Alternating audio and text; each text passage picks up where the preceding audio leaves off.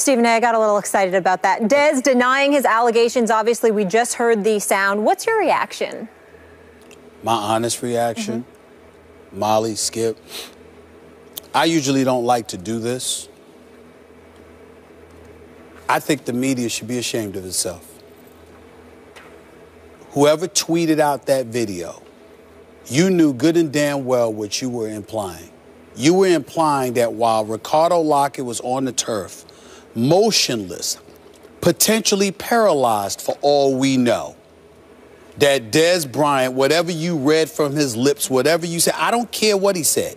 You know, when somebody said, well, that's what you get or whatever the case, unless you know definitively that he is talking about Ricardo Lockett to create a stir where there could be a question about a football player literally mocking a guy on the field, laying motionless for minutes.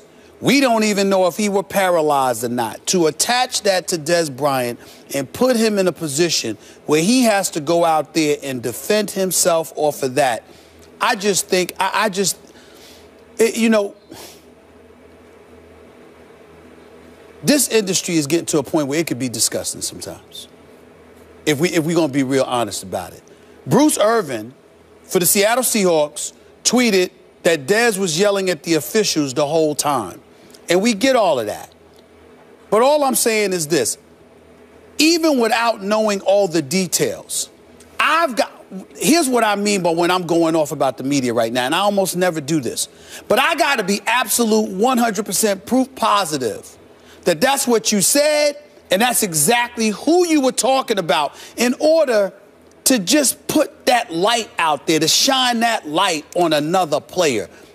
These guys go out there, we report on them, we ain't playing the NFL. Yeah, I'm going to talk about you if you're playing like garbage, just like I'm going to talk about you if you're great. But if it's something along this line where you, listen, Ricardo Lockett is in the hospital in Dallas. He hasn't gotten home yet. His family is with him. I got a text from one of his friends this morning that said Marshawn Lynch has been by his side. He refused to leave with the team. He's been with them all night long.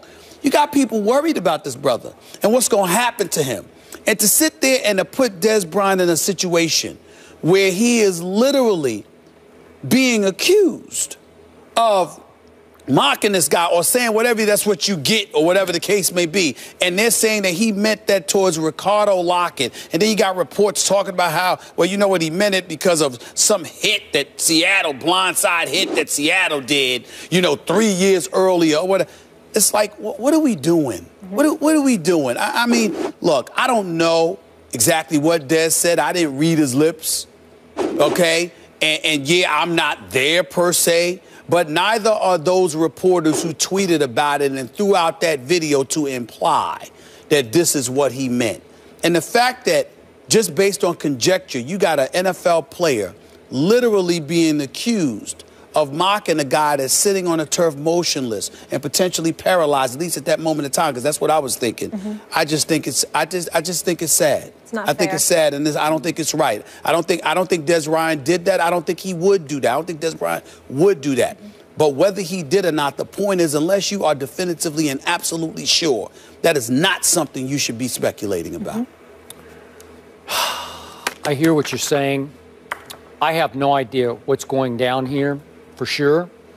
Do I believe that sentiment could ever be in Dez Bryant's heart? I do not. He's a football player. He loves this game, and I think he cherishes the ability to play this game because he's had to miss much of this game for periods of time, and I think he's come to love the great opportunity that God gave him just to get out there and play. So would he wish that? No. Okay, but now let's get back to what we see on the video. It sure looks to me like he is mouthing those words. If I can lip read, it looks like those words are coming out of his mouth. And he did acknowledge, did Dez, as he refuted what the media was, quote unquote, accusing him of. He said, I could have been talking about something completely ... else, like something complete. So he acknowledged he could have said those words. That's what he gets. But it could have been aimed at somebody else because there was a whole lot of back and forth trash talk going on because there is lingering bad blood between these teams. And I'm sure some of the Seattle players were not happy with this Heath kid who laid out Lockett as a Cowboy special teamers, even though I thought it was a brutal but a legal hit. It did draw a flag. That's fine with me. It's almost like just on principle it deserved a flag, not by the letter of the law. This is a violent game that's going on out there. We know this, and the most dangerous time is on punt returns. No longer kickoff returns. They've sort of legalized some of the, they've sort of taken some of the brutality out of kickoff returns. But on punt returns, bad stuff can go down. And it did, and God bless him. I hope he's okay. It sounded like he was going to be okay, that he just wound up with a concussion. Yeah. But I don't know if Dez got caught up in the moment defending his teammate, and they're going back and forth. I don't know. The comment could have been aimed at somebody else. That's what he gets, meaning, Agreed. Who knows? Mm-hmm. That's what Richard Sherman gets, or Earl Thomas gets, or who knows who we know Dez. He plays with such emotion, such passion, such rage to win. His emotions could spill over, and it was directed at somebody else as he's trying to defend his teammate who delivered the blow. So I don't know what it was, but I don't believe that's in Dez Bryant's heart. I just don't. But it looks bad on the surface because it looks like he said that at that moment. But let's also understand why it looks bad. Skip Bayless, these aren't bloggers that just tweeted out something or saw something on their television screen, clipped it with their camera phone, and then went from there, and it's on Twitter or something like that.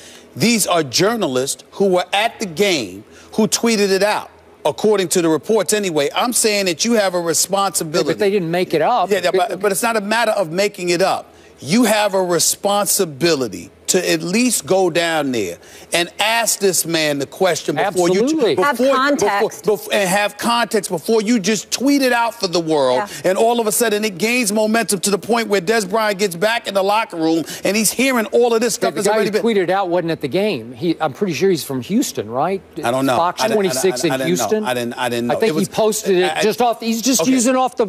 He took the footage off the broadcast. Right. Okay. All right. Okay. So they're reacting. The reporters at the game are reacting to what they saw. Anybody could have seen it. Anybody could have pulled it off. We all saw it. I saw it on TV. Yeah. I saw it on TV. But what I'm saying to you is that it's unfair that he walks into a locker room and rather than just ask him the question, he has to fight off accusations. That's entirely different.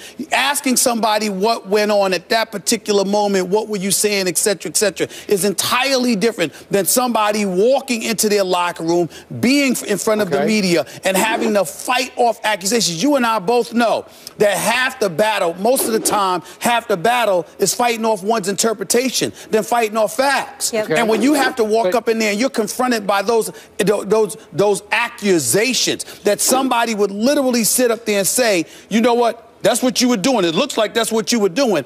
That's pretty bad. That's pretty bad, is all I'm saying. The media is not out of bounds to ask that question. I'm not saying they're out of bounds to ask the question. I'm saying they're out of bounds to sit there and paint a picture as if he is guilty of something that he has to refute. We didn't know. We didn't know what he was saying. And Bruce Irvin had to go out there in the tweet and basically say, again, he wasn't talking to us. He was talking to the officials. I'm saying asking the question and being blind and just wanting to know is entirely different than him fending off an interpretation of that magnitude. This is not a fight. This is not a sideline rant by Greg Hardy. This is not something like that. This is a player that was on the field that literally looked as if he were paralyzed, and then you juxtapose that to Dez Bryant saying that's what you get. That's very, very incendiary. But he uttered what surely appear to be those words moments after he's prone on the turf. Right. Okay, so it's fair to ask. But guys were talking.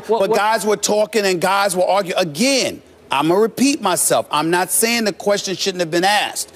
I'm saying he wasn't just being asked a question. He was fending off accusations. Well, you know what would have been nice? If Dez had just said, hey, I know that looked bad, but I was talking to Bennett or whoever it was. I got that. I got that, and that's fair. But at the same time, a lot of times we anticipate and expect athletes to communicate in manners that we would when they're just not capable at it, particularly when you're in the heat of the moment. Yeah. All I'm trying to say is that it's not about even the accusations that he had to fend off. It's about the fact that it's those specific accusations. If it's something far more innocuous, that's different. But when you sit up there and you have to fend off accusations that you literally were saying that's what you get about a guy that could have been paralyzed on the field, it's just something that, to some small degree at least, is a bit inhumane when you don't take into consideration the kind of way that can sully somebody's name. In the history of this very violent sport, those kinds of lines have been uttered many times about a guy who's prone on the turf by the opposing team. Well, I've seen it said by a guy prone on the turf by a fan base, I know players who have said things. Okay. All right. It's just what it's the nature of it. I'm saying not to that degree, not in a situation like that. Yeah, but this is a gladiators game. Okay. Much as they love each other and care about each other from. Well, let me tell you something. He's not sitting up there and being as adamant and vehement in his denials if he doesn't care. The fact is that you care because you know that there are certain things that are beyond the pale that are just too low to go. I agree. And unless you are sure, you got no business putting somebody in a position where they have to defend themselves against something that's low. Do you know how low you got to be to watch a guy on the field looking as if he's paralyzed and sitting there saying tough, that's what you get? You have any idea how that makes somebody look? To me, there's just lines that should not be crossed by us.